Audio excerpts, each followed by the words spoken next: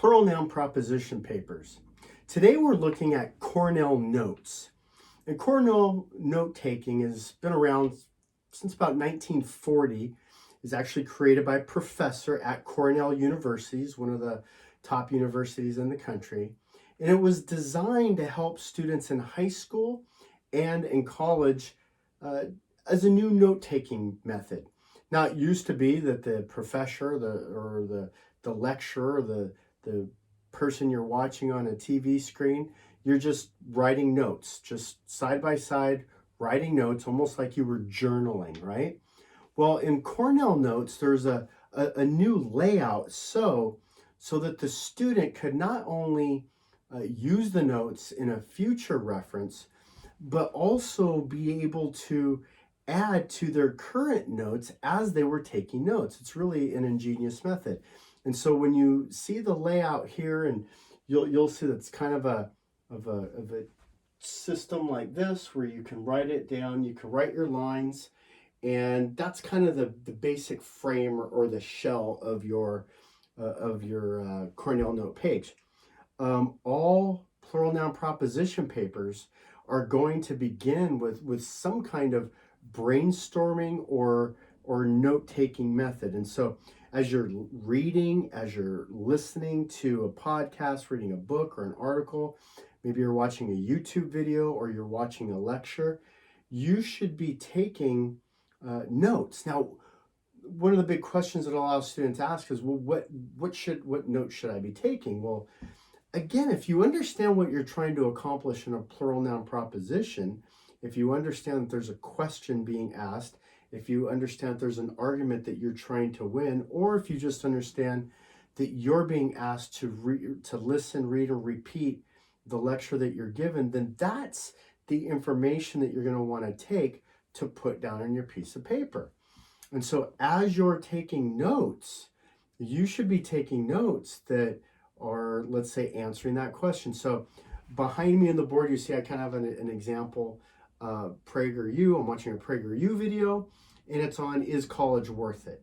And so right away, okay, there's my trigger, right? I'm listening for the different statements, the different supporting facts, illustrations that are going to help me to write this paper. And so it's very important that you understand why you're taking the notes. Very important.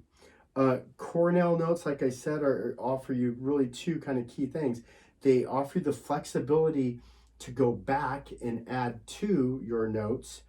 And the thing I like best is to really highlight key points. And so I use my notes as reference points all the time. And so let's say you're listening to a sermon and you've listened to the entire sermon. You want to understand, well, what was the main point of the sermon? What were the 3 points of the sermon? Where do you put the cross-reference scriptures that maybe you want to write down? And so I find Cornell Notes, especially, I can listen to the sermon and put kind of my notes here. And on this side, I leave for my cross-reference verses. Or the other thing is you can also use that to put things like questions, right? I do that all the time. I'll write my questions. And then I can write that down and then get the answer later. So we can always use this as a future reference point. You want to begin again with kind of your basic layout. There's your basic layout, right? You're going to have the main ideas in the main body, and then kind of the, some of the bigger ideas, the big picture ideas, or in our case, the things that you may be using for your main heading for your plural noun propositions. And then what I always like to do at the end of my note taking, whether I'm reading, listening, or watching, is on the bottom, I like to write a little summary in my own words. In my own words, a summary of what I just listened to, so that I can always go back and look at that and then instantly reconnect with those lessons. So very, very important that you do that really for yourself. Cornell Notes begins with, look, write your name, write the title, the heading. So here you got my name, Tony Jamie, PragerU. If you're turning it in, nothing more frustrating as a teacher than you have a paper and you don't know who wrote it. Also just for your own record keeping. If you're consistent in your record keeping, then you can just kind of file through top left-hand corner. Okay, I'm looking for PragerU, PragerU, PragerU, right?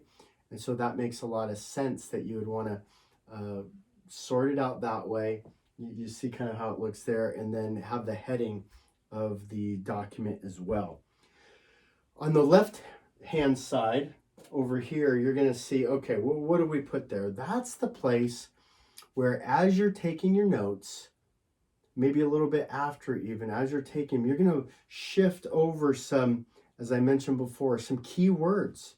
Here's a key word or maybe a key point. You want to highlight those things. You can even circle and kind of draw an arrow. So in the example that I've given behind me where I said, is college worth it? I'm sitting there and I'm listening to, let's say I'm listening to, or I'm watching a video, right? And as I'm taking my notes and I'm watching the video, right? And here we've got time is addressed, you know, and then here we got debt is addressed. And then let's say finally skills, okay? So these were, let's say, main ideas that I drew from watching the video.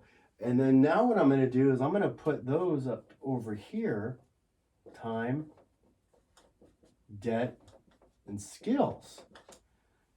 Now you can almost guess what I'm going to go from there. Okay, so now those are the main ideas that I drew from the lecture or from the video. I'm going to put maybe some important facts, maybe some people, some supporting evidence. Maybe I have to define those terms. Maybe it's a cross-reference. Could be any number of things that now are going to begin to become really good, valuable notes. Because what's my next step? My next step is I'm going to brainstorm. I'm going to brainstorm for a paper that I have to write. Very rarely are you going to be in school or in a class where when you're reading, watching, or listening to something, you're not going to have some kind of an assignment, right? And so you want to be able to have really good notes like Cornell Notes to help you out with that. The other thing is we use the main ideas. So how you take your notes, whether it's shorthand, is really up to you. Some people are really good at taking notes and instantly doing them in kind of an outline form. Just remember, you want to get the main points down. I like doing bullet points, kind of help separate ideas. Diagrams or charts are always great. Paraphrase, always paraphrase. You don't have to write out every single little article, right?